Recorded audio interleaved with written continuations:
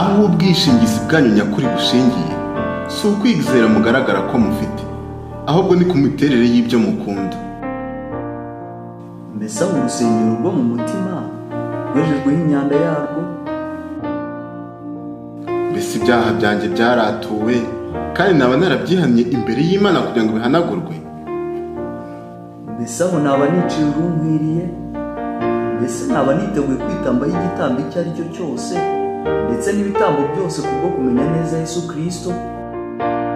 Mbese aho buri gihe niyumvisha ko ntari uwanjye bwite, ahubwo ko ndi umutungo w'umwami, ko umurimo nkora ari uw'Imana nkaba ndi uwayo wese?